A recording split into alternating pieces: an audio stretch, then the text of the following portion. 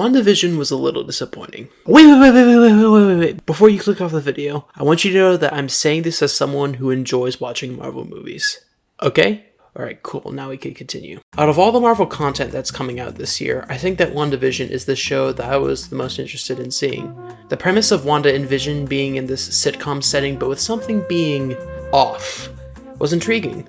It really stood out from the majority of past MCU content, and for the most part, the show lived up to what the trailers promised. I wasn't sure if I wanted to make a video on it or not, but despite the fact that I enjoyed it, the show has some problems that I think need to be discussed.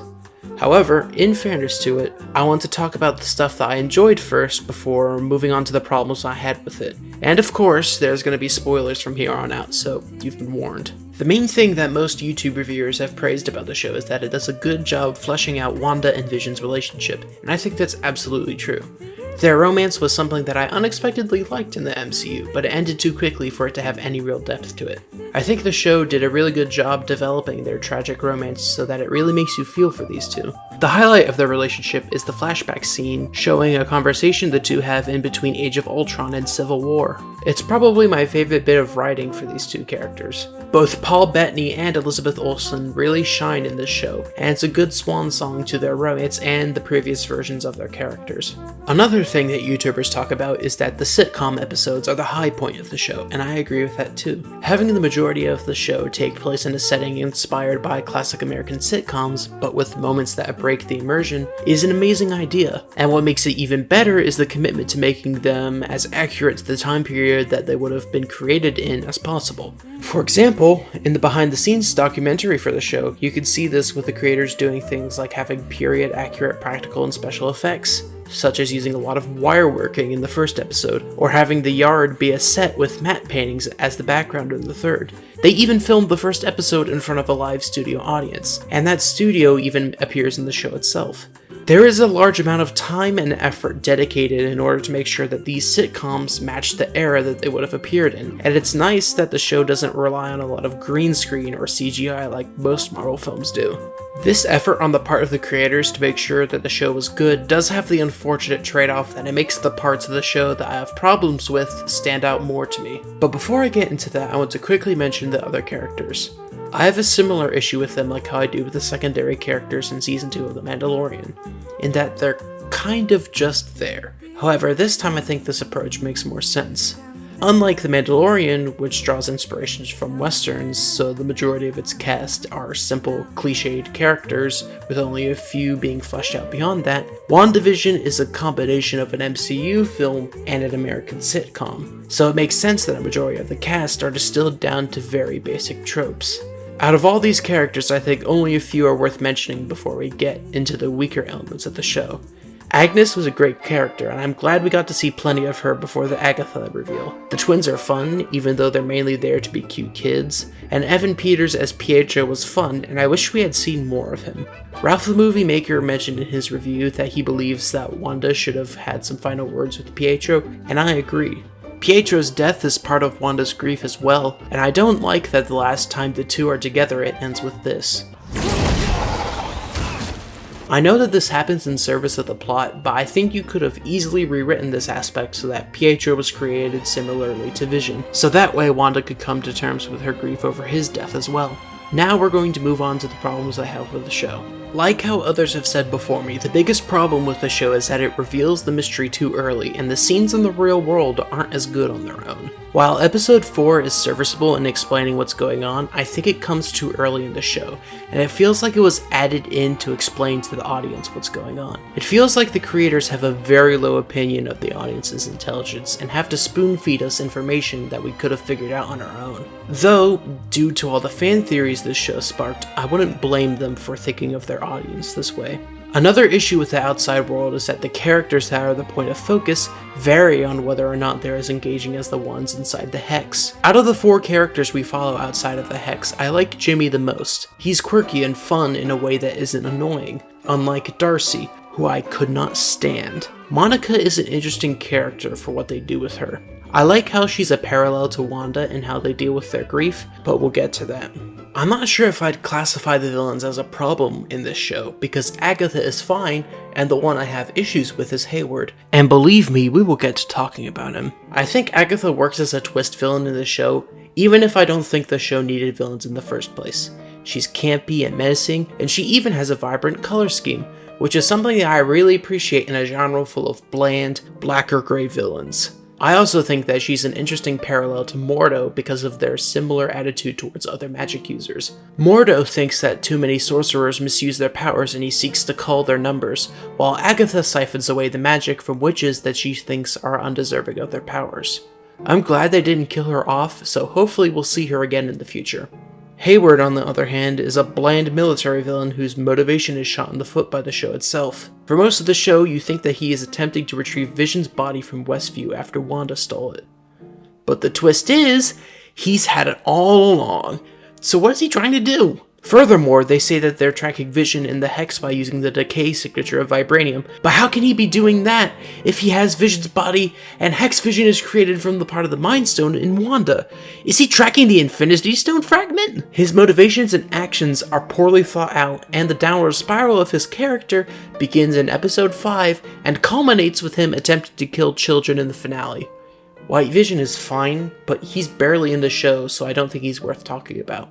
I think that the worst thing about the villains is that the final fights with them are arguably the worst parts of the show.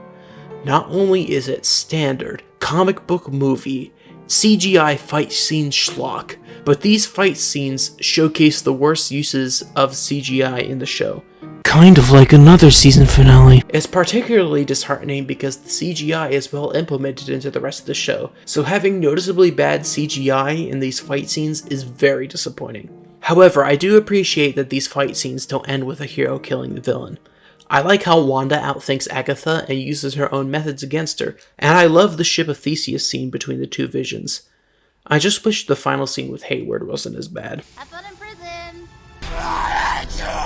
But by far the biggest problem I have with the show is with Wanda herself. I think that she was let off the hook far too easily for holding an entire town hostage and subjecting it to all her grief and pain. We feel your pain.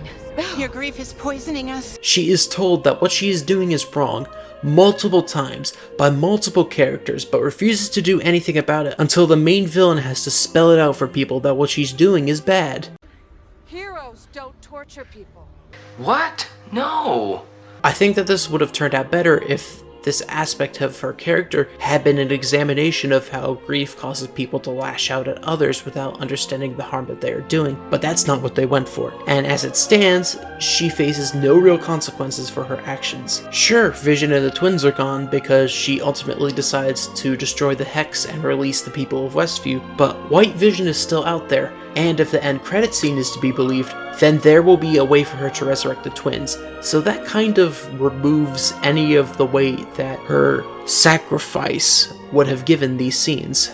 What I think is worse is that Monica could have been a parallel to Wanda to show a more healthy way to deal with grief, but she mainly acts as an enabler for Wanda's actions. Instead of saying that what she's doing is wrong, she mainly says, "Well, I probably would have done the same thing." No, I don't think you would have. There is a huge difference between a normal person struggling to deal with their grief and a superhero who creates an imaginary world to live in denial of her grief and only confront it after she's being forced to.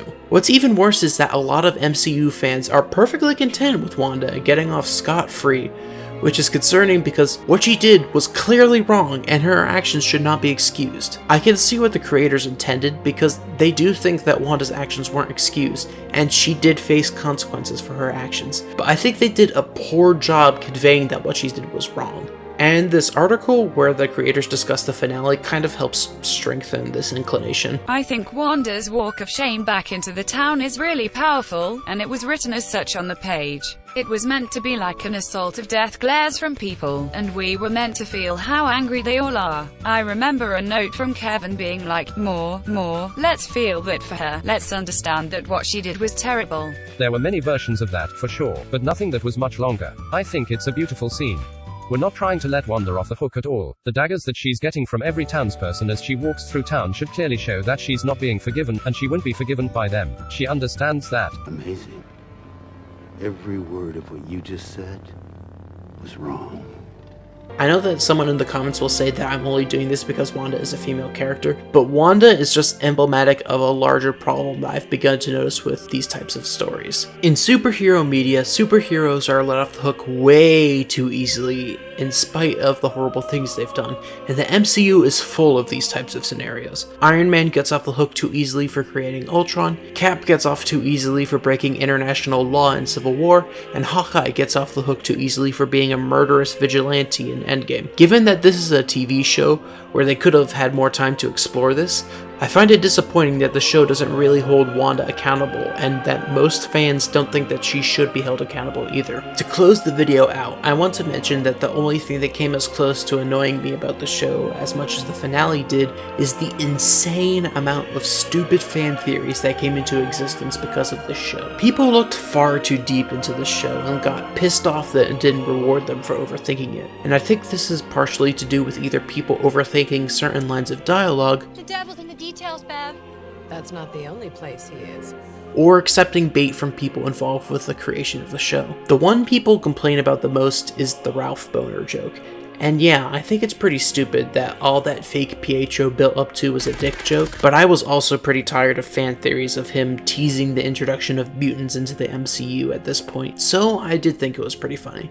But what I'm afraid of is this type of atmosphere that surrounded WandaVision being projected onto other MCU content coming out this year, and people punishing these shows for being different from what they want. As I'm recording this audio, the first episode for Falcon and the Winter Soldier just dropped last week, and it already appears like this type of atmosphere will continue its parasitic relationship with these shows, either because the fans will continue to do it regardless of what the creators say, or they will be lured into this mindset by these types of statements from people involved with the creation of them. But overall, I enjoyed the show even if I thought that I didn't handle some elements as well as it could have. In the behind the scenes documentary, they comment on how they're telling a story that could not have been told in the films, and as much as I think the show has some wasted potential, I dread to think of what it would have looked like as a movie. While I did enjoy the show, and I think it has some really strong moments, I don't think other people that aren't already into this genre will get that much out of it. So I'm going to give it a 6 out of 10.